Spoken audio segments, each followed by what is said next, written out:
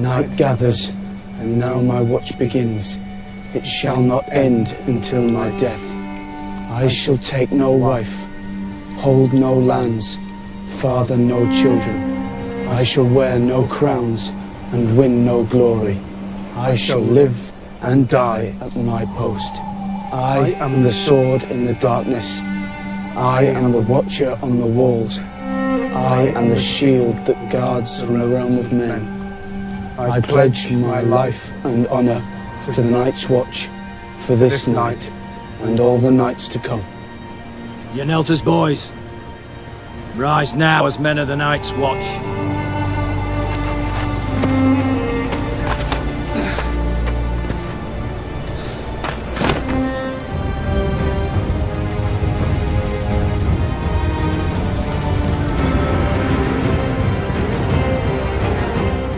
Ancient stories tell us that the Night's Watch was founded 8,000 years ago. They now guard the entire realm from threats beyond their northern border, such as White Walkers, wildlings and giants. They man the wall, a 700-foot tall and 300-mile long barrier which keeps the realm and the north separate. They built a total of 19 castles along the way, although over the years they slowly got abandoned one by one. They also have land south of the wall known as the Gift, a region donated to them by House Stark, the kings in the north. Men of the Night's Watch swear an oath that prohibits marriage, family, and land ownership, which lasts until death. They renounce all allegiances and birthrights, gain absolution for past crimes, and immunity from further punishment. Brothers are given a fresh start and can rise in the ranks, no matter their origins. However, even though the Night's Watch oath is meant for life, special exceptions are able to be made.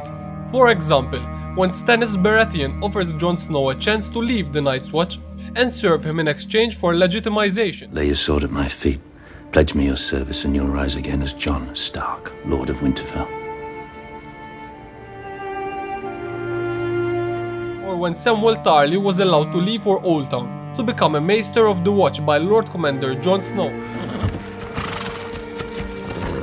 They describe one another as sworn brothers because of the oath they took that bonds them for life. As brothers, they dress entirely in black, which is what gave rise to the nickname Crows. He's a crow. He'll always be a crow. And here's his crow wife guarding him. He'll stab us in the back first chance he gets.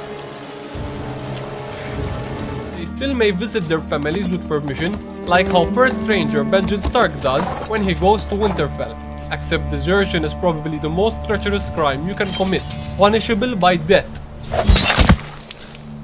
The Watch was once held in a high honor and their ranks filled by volunteers from all noble houses as a sign of devotion to the realm. However, even though some recruits are still of noble blood, many are also criminals, orphans, and other social outcasts. Some men like Yoren are known as wandering crows, offering people escape to the wall. To some family it's a blessing, as they take the opportunity to exile any embarrassing family members from their lands, like what Samwell Tarly's father did. But other families like the Starks still view the Night's Watch as an honorable calling, as shown by the countless number of Starks, generation after generation, that have joined the Night's Watch. The Starks have manned the wall for thousands of years. And you are a Stark. You might not have my name. You have my blood. The Night's Watch is a more democratic society compared to the rest of Westeros. At the Wall, every man gets what he earns, no matter your bloodline. Recruits can become commanders. All depends on your service. With more wildling activity being reported, the Watch sends out patrols to investigate beyond the Wall, but not all return. Sir Waymar Royce, Garrett, and Will is one of those patrols. But Will is the only survivor, as he frantically tries to desert the Watch by fleeing south. He was quickly apprehended by Stark men, who he tries to explain that White Walkers killed his companions, but he is disbelieved as a madman and beheaded by Lord Eddard Stark for desertion. When Tyrion Lannister, younger brother of Queen Cersei, visits the Wall, he is greeted by Lord Commander Jeor Mormont and Maester Aemon. They ask him to bring news to the king about how severely undermanned they are, and how they barely have enough resources to feed and support the few men they still have.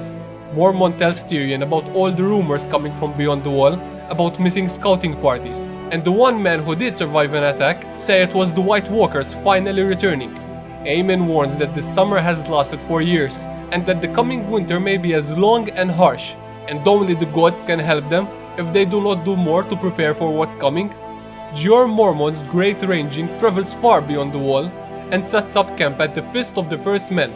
Meanwhile, back in Winterfell, Maester Luwin advises Theon Greyjoy to flee to the Night's Watch, so that he might save his life and redeem himself for his betrayal. Though Theon owns up to his mistakes, he ultimately declines the suggestion, partly out of fear that Jon Snow will try to kill him. The opportunity for Jon Snow to cut my throat in my sleep.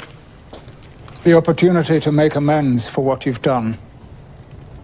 For the first time in 8 millennia, the Night's Watch and White Walkers engage in combat, where they suffer heavy casualties. A few dozen men led by Mormont manage to fight their way out and retreat southwards. Mormont himself is then killed by his own men when a mutiny occurs at Craster's Keep. On hand, I shall have your head. With Commander Mormont's death, Alliser Thorne temporarily succeeds him as acting commander, as they were in the midst of fending off a wildling attack. With me now! Now with me! Even though they were reduced down to 100 men, they still managed to fend them off. They've had enough for one night. Until an unexpected assist from Stannis Baratheon arrives to help them defeat the wildling army for good. With the wildling army gone and Mance Rayder executed, the Night's Watch elected Jon Snow as its new Lord Commander, who attempts to rebuild the Watch and give sufficient attention to the White Walkers. He starts by opting to make peace with the wildlings, attempting to save them from becoming more soldiers in the army of the dead. Jon, Ed, other watchmen, and Tormund go on a rescue mission to Hardhome to save the wildlings, but it goes horribly wrong.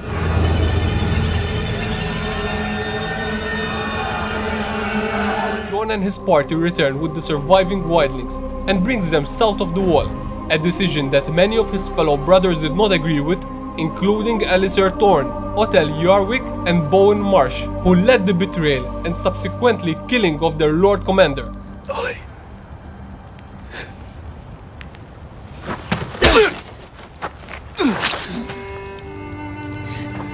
For the Watch. The betrayal caused further tension between those loyal to Jon and the betrayers, as they were ready to kill each other, right before Edison Toilette arrived with the wildlings at Castle Black to tip the scales in the odds and place the mutineers under arrest. Jon is later revived from the dead by Melisandre, and after publicly executing the mutineers, Jon leaves the Night's Watch, giving command to Ed Toilette, because his death marked the end of his watch. As one Stark prepares to leave, another arrives, because Sansa Stark, Jon's half-sister, escapes the tyrant Ramsay Bolton and fled to her brother at Castle Black. The pair reunite, and Jon promises to protect Sansa, but that promise would soon be tested as Ramsay sent a letter demanding her return, or horrible things would happen to them. You will watch as my soldiers take turns raping your sister. You will watch as my dogs devour your wild little brother. Then I will spoon your eyes from their sockets and let my dogs do the rest. Come and see. Jon had 2,000 wildlings and whatever brothers of the Night's Watch were left versus the 5,000 men at Ramsay's disposal. Sansa told Jon to try and unite the northern houses, since he was the son of the last legitimate Warden of the North. Jon agrees, so they can rescue Rickon and save their home. Meanwhile, Peter Baelish, Lord Protector of the Vale, convinces Robin Arryn to help his cousin Sansa. With victory having been achieved, the Northern Lords declared him king in the north. Since his death had marked the end of his watch, Jon accepted, but his sights were set on a much larger threat than Bolton, but the coming invasion of White Walkers.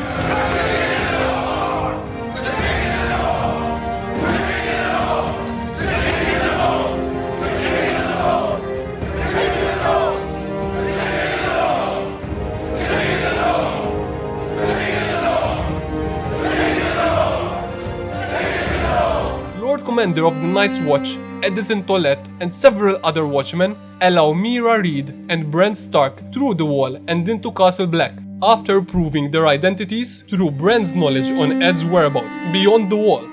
After the wall was breached, the Night's Watch abandoned their castles and fled toward Winterfell to aid in its defense. Along the way, Edison Tollett and several other watchmen encountered Tormund, Beric, and other Eastwatch survivors at Lost Hearth after its fall to the White Walkers.